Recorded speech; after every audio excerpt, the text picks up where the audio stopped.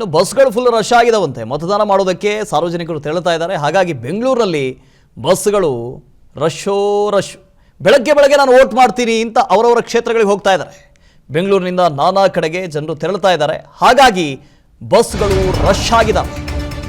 ಪ್ರಜಾಪ್ರಭುತ್ವದ ಹಬ್ಬದಲ್ಲಿ ಭಾಗಿಯಾಗೋದಕ್ಕೆ ಜನರಲ್ಲೂ ಉತ್ಸಾಹ ಇದೆ. ನಾನು ವೋಟ್ ಮಾಡಬೇಕು, ನಾನು ಈ ಬಾರಿ ಮತದಾನ ಮಾಡಲೇಬೇಕು ಅಂತ ಉತ್ಸಾಹ ಇದೆ. ಹಾಗಾಗಿ ಬಸ್ಗಳು ಫುಲ್ ಆಗಿದ್ದಾವೆ. ಬೆಳಗ್ಗೆ ಬಸ್ಗಳು ಫುಲ್ ರಶ್ ಆಗಿದೆ. BMTC ಬಸ್ಗಳು ಬೆಂಗಳೂರಿನಲ್ಲಿ ರಶ್ ಅಂತೆ. ಮತದಾನ ಮಾಡೋದಕ್ಕೆ ಸಾರ್ವಜನಿಕರು ಈಗಲೇ ಬಹಳ ಉತ್ಸಾಹದಲ್ಲಿದ್ದಾರೆ.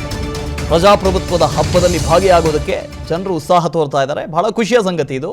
ಬಸ್ಗಳು ಕೂಡ ರಶ್ ಆಗ್ತಾ ಇದೆ, ಫುಲ್ ಆಗ್ತಾ ಇದೆ. ಬೆಳಗ್ಗೆ ಬಸ್ಗಳಲ್ಲಿ ನೋಡಿ, ಅಲ್ಲಿ ಗಮನಿಸ್ತಾ ಇದ್ದೀರಿ, KSRTC ಬಸ್ಗಳು ಅದು ಫುಲ್ಲು, ಇನ್ನೊಂದು ಕಡೆಯಿಂದ BMTC ಬಸ್ಗಳು ಅದು ಫುಲ್ಲು. ಹತ್ ಅಂತ ಹೇಳ್ತಿದ್ದಾರೆ.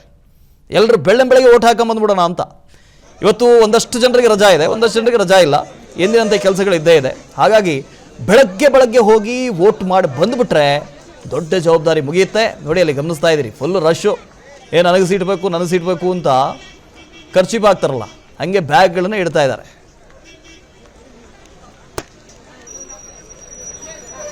ಇನ್ನು ಮಂಡ್ಯದಿಂದ ಬಹಳ ಹೈ ವೋಲ್ಟೇಜ್ ಕಣ. ಮಂಡ್ಯ ಬಹಳ ಹಾಟ್ಸ್ಪಾಟ್ ಅದು. ಮಂಡ್ಯ ರವಿ ನಮ್ಮ ಜೊತೆ ಜಾಯ್ನ್ ಆಗ್ತಾ ಇದ್ದಾರೆ ಮಂಡ್ಯದಿಂದ ನೇರ ಸಂಪರ್ಕದಲ್ಲಿ. ರವಿ, ಅಲ್ಲಿ ಯಾವ ಮತಗಟ್ಟೆ ಮುಂಭಾಗದಲ್ಲಿ ಇದ್ದೀರಿ? ಬಹಳ ಹಾಟ್ಸ್ಪಾಟ್ ಅದು.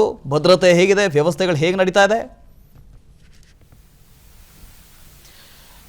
ವಾಸುದೇವ್, ಏನು ತಾವು ಹೇಳ್ದಂಗೆ ರಾಜ್ಯದ ಪ್ರತಿಷ್ಠಿತ ಕಣಗಳಲ್ಲಿ ಮಂಡ್ಯ ಲೋಕಸಭಾ ಕ್ಷೇತ್ರ ಪ್ರಮುಖ ಪಾತ್ರವನ್ನು ವಹಿಸಿಕೊಳ್ಳುತ್ತೆ. ಯಾಕೆಂದರೆ ಇಲ್ಲಿ ಪ್ರಮುಖವಾಗಿ ಮಾಜಿ CM ಕುಮಾರಸ್ವಾಮಿ ಅವರು ಸ್ಪರ್ಧೆ ಮಾಡಿರ್ತಕ್ಕಂಥ ಹಿನ್ನೆಲೆಯಲ್ಲಿ ರಾಜ್ಯದ ಗಮನವನ್ನು ಸೆಳೀತಾ ಇದೆ ಈ ಕ್ಷೇತ್ರ. ಹೀಗಾಗಿನೇ ಈ ಕ್ಷೇತ್ರದಲ್ಲೂ ಕೂಡ ಎಲ್ಲ ಕ್ಷೇತ್ರಗಳಂತೆ ಈಗ ನಡೀತಾ ಇರತಕ್ಕಂಥ 14 ಲೋಕಸಭಾ ಕ್ಷೇತ್ರಗಳಲ್ಲಿ ಇಲ್ಲಿ 7 ಗಂಟೆಯಿಂದನೇ ಮತದಾನ ಆರಂಭ ಆಗುತ್ತೆ. 7 ಗಂಟೆಯಿಂದ ಸಂಜೆ 6 ಗಂಟೆವರೆಗೂ ಮತದಾನ ನಡೆಯುತ್ತೆ. ಇದಕ್ಕಾಗಿ ಜಿಲ್ಲಾಡಳಿತ ಈಗಾಗಲೇ ಎಲ್ಲ ಸಿದ್ಧತೆಯನ್ನ ಮಾಡಿಕೊಂಡಿದೆ. SSLC ಆದ್ಮೇಲೆ ರಾಜುಗೆ ಕಾಡ್ತಾ ಇರೋ ಒಂದೇ ಪ್ರಶ್ನೆ, ರಾಜು ಮುಂದೆ ಏನಪ್ಪ? ಮೊದಲ ಇಂಜಿನಿಯರಿಂಗ್ ಮಾಡ, ಬೇಗ ಡಾಕ್ಟರ್ ಆಗಿ ನನ್ ವಾಸಿ ಮಾಡಪ್ಪ. ಲೈಫ್ ನ ಇಂಪಾರ್ಟೆಂಟ್ ಡಿಸಿಷನ್ಸ್ ನ ರಾಜು ತರ ತಗೊಳ್ಬೇಡಿ. ನಿಮ್ಮ ಭವಿಷ್ಯ ರೂಪಿಸುವ ಹಾದಿಯಲ್ಲಿ ನಾವು ಜೊತೆಗಿರ್ತೀವಿ. Parishrama PU college, it matters where you start. ಈಗಾಗಲೇ 17 ಲಕ್ಷಕ್ಕೂ ಹೆಚ್ಚು ಮತದಾರರು ಈ ಒಂದು ಅರ್ಹತೆಯನ್ನ ಪಡ್ಕೊಂಡಿದ್ದಾರೆ. ಜೊತೆಗೆ ಭದ್ರತೆಗಾಗಿ ಸುಮಾರು 3000ಕ್ಕೂ ಹೆಚ್ಚು ಜನ ಸಿಬ್ಬಂದಿಗಳನ್ನ ನಿಯೋಜನೆ ಮಾಡಲಾಗಿದೆ. ಸುಮಾರು 2076 ಒಂದು ಮತಗಟ್ಟೆಗಳನ್ನ ಸ್ಥಾಪನೆ ಮಾಡಲಾಗಿದೆ. ಇದಕ್ಕಾಗಿ ಬಿಗಿ ಭದ್ರತೆಯನ್ನು ಕೂಡ ಕೈಗೊಳ್ಳಲಾಗಿದೆ. ಸುಮಾರು 8000ಕ್ಕೂ ಹೆಚ್ಚು ಜನ ಸಿಬ್ಬಂದಿಗಳು ಮತದಾನ ಪ್ರಕ್ರಿಯೆಯಲ್ಲಿ ಪಾಲ್ಗೊಳ್ತಾರೆ. ತಾವು ಹೇಳಿದಾಗೆ ಪ್ರತಿಷ್ಠಿತ ಕಣಗಳಲ್ಲಿ ಒಂದಾಗಿದೆ. ಹೀಗಾಗಿ ಇನ್ನೇನೋ ಮತದಾನ ಪ್ರಕ್ರಿಯೆ ಆರಂಭ ಆಗುತ್ತೆ. ಜೊತೆಗೆ ಜನಗಳು ಕೂಡ ಬಂದು ಮತವನ್ನ ಚಲಾಯಿಸ್ತಾ ಇದ್ದಾರೆ.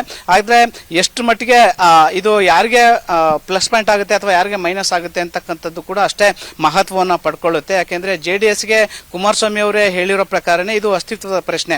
ಇಲ್ಲಿ ಗೆದ್ರಷ್ಟೇ ನಾವು ಪಕ್ಷ ಅಸ್ತಿತ್ವವನ್ನ ಉಳ್ಕೊಳ್ಳುತ್ತೆ ಅಂತಕ್ಕಂಥ ಮಾತನ್ನ ಅವರೇ ಸ್ವತಃ ಹೇಳಿದ್ದಾರೆ. ಹೀಗಾಗಿ ಅವರು ಒಂದ್ ರೀತಿಯಲ್ಲಿ ಅಸ್ತಿತ್ವಕ್ಕಾಗಿ ಹೋರಾಟವನ್ನ ಮಾಡ್ತಾ ಇದ್ರೆ, ಇನ್ನೊಂದ್ ಕಡೆ ಪ್ರತಿಷ್ಠೆಯಾಗಿ ತಗೊಂಡಿರ್ತಕ್ಕಂಥ ಕಾಂಗ್ರೆಸ್ ಕೂಡ ಅಷ್ಟೇ ಗೆಲುವನ್ನ ಪಡ್ಕೊಳ್ಳೇಬೇಕು ಅನ್ನೋ ನಿಟ್ಟಿನಲ್ಲಿ ಸತ ಪ್ರಯತ್ನವನ್ನ ಆಗ್ತಾ ಇದೆ. ಹೀಗಾಗಿ ಮತದಾರರ ಒಲವು ಯಾರಿಗೆ ತಕ್ಕುತ್ತೆ ಅಥವಾ ಹಾಗೆ ಮತ್ತೆ ಸಂಪರ್ಕ ಮಾಡ್ತೀನಿ.